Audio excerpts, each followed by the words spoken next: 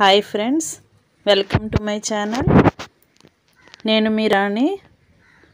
నేను మీకు ఈరోజు బగారా రైస్ చూపించబోతున్నానండి.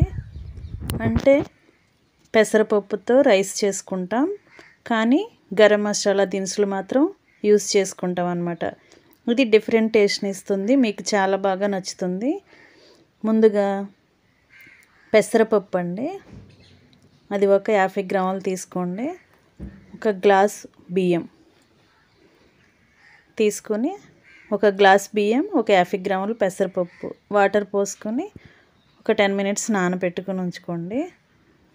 తర్వాత ఒక పెద్ద సైజు ఉల్లిపాయ తీసుకొని సన్నగా బారుగా కట్ చేసుకొని, పచ్చిమిర్చి కూడా 2 తీసుకొని చిలికిలా కట్ చేసుకుని పక్కన పెట్టుకోండి. 2 టీ స్పూన్లు అల్లం వెల్లుల్లి paste, 1 teaspoon garam masala. ఇప్పుడు స్టవ్ వెలిగించుకొని పాత్ర పెట్టుకొని ఆయిల్ పోసుకోవాలి. 2 స్పూన్స్ ఆయిల్ పోసుకున్నాను. 1 టీ స్పూన్ నెయ్యి అండి ఇది, ఎందుకంటే పెసరపప్పుతో వండుతున్నాం కదా, నెయ్యితో బాగా టేస్ట్ వస్తుంది. నెయ్యి వేస్తే చాలా టేస్ట్ పెరుగుతుందన్నమాట. అందుకే 1 టీ స్పూన్ నెయ్యి. అవి బాగా కాగిన తర్వాత దినుసులు వేసుకుందామండి. ఇవి పోపు దినుసులు కాదు, గరం మసాలా దినుసులు. చెక్క, లవంగాలు, అనాస పువ్వు, షాజీరా, మిరియాలు, 4 ఎండుమిర్చి వేసుకుని, అవి వేసిన వెంటనే ఆనియన్స్, కట్ చేసి పెట్టుకున్న ఆనియన్స్ వేయాలండి. లేకపోతే ఆ గరం మసాలా దినుసులు ఎగిరి మొహం మీద పడతాయి వేగేటప్పుడు. అందుకని చాలా జాగ్రత్తగా వేపుకోవాలి వాటిని. ఆయిల్లో దినుసులు వేసినప్పుడు మీద పడ ఛాన్స్ ఉంటుందన్నమాట. తర్వాత ఆనియన్స్ కూడా వేగిన తర్వాత కొన్ని కరివేపాకు రెబ్బలేసి బాగా ఫ్రై చేస్తున్నాను. ఇలా ఫ్రై చేసేటప్పుడు 2 టీ స్పూన్స్ అల్లం వెల్లుల్లి పేస్ట్ అండి, ఇది కూడా ఆనియన్స్లో వేసేసి పచ్చివాసన పోయేలా వేపుకోవాలి. అలా వేగుతూ ఉన్నప్పుడు మనం శుభ్రంగా కడిగి పెట్టుకున్న పెసరపప్పు ఉంది కదండి, దానిలో వాటర్ అన్నీ తీసేసి అవి కూడా తాళింపులో వేసేస్తున్నాను ఆయిల్లో. కొంచెం సేపు అది కూడా ఫ్రై అవ్వాలండి. పెసరపప్పు కూడా ఫ్రై అయితే మనం తినేటప్పుడు చక్కగా పలుకులు తగులుతాయి, మొత్తం మెత్తగా అయిపోకుండా చక్కగా అప్పుడప్పుడు తగులుతూ ఉంటుంది. అందుకే మంచి టేస్ట్ వస్తుంది.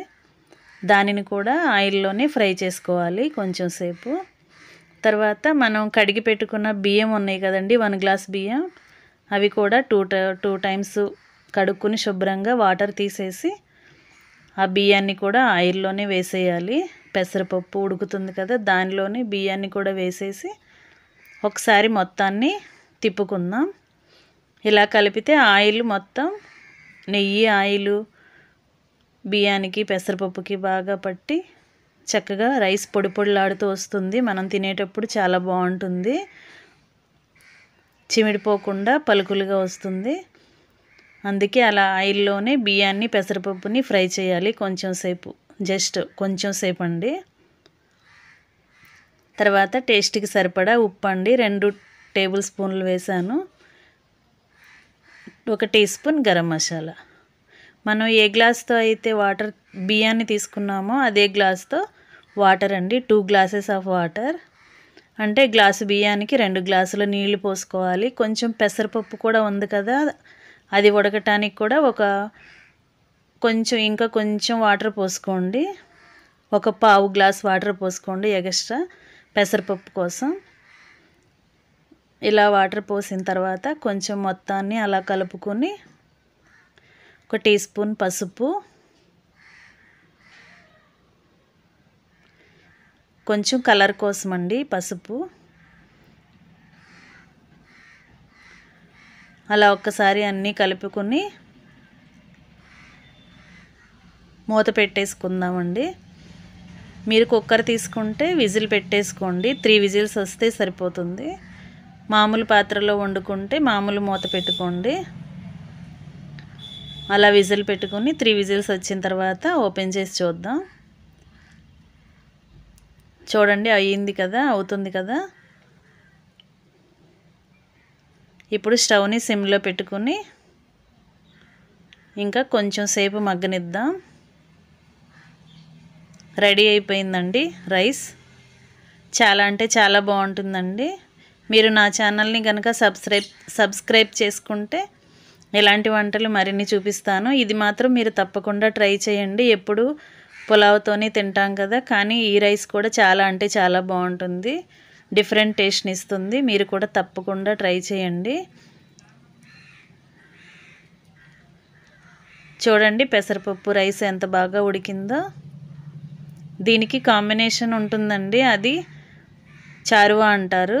అది కూడా నేను నెక్స్ట్ వీడియోలో చూపిస్తాను. ఇదిగోండి, ఇదే చారువా అంటే.